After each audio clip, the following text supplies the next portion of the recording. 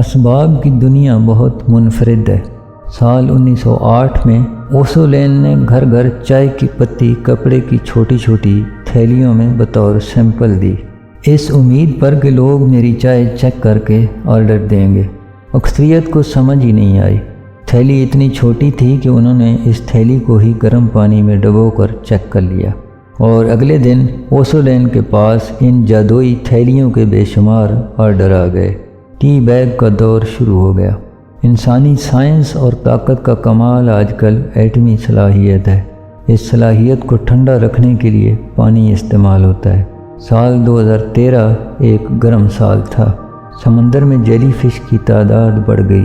سمندر کی اس jelly fish میں نہ دل ہوتا ہے نہ دماغ۔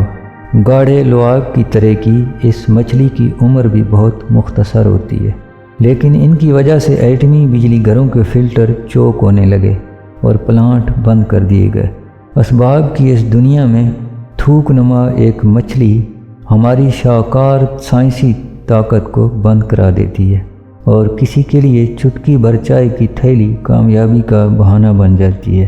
لوگوں کی اکثریت پھر اسباب میں الجھ جاتی ہے، اسباب بنانے والی فطرت اور اس فطرت کے تخیل کار کو بھول جاتی ہے۔ اسباب میں گم ایسے لوگوں کو پھر حیرت کم غصہ زیادہ آتا ہے کہ دنیا ان کی عقل پر چل کر کیوں نہیں دیتی۔ جو اسباب بنانے والے کو پہچان لیتے ہیں وہ صبر اور شکر والے بندے ہوتے ہیں۔ غصہ فطرت کو مزید بگاڑ دیتا ہے، جبکہ صبر اور شکر میں فطرت مہربان ہوتی ہے۔ اس لیے صبر و شکر نعمت ہیں، جبکہ غصہ حرام ہے۔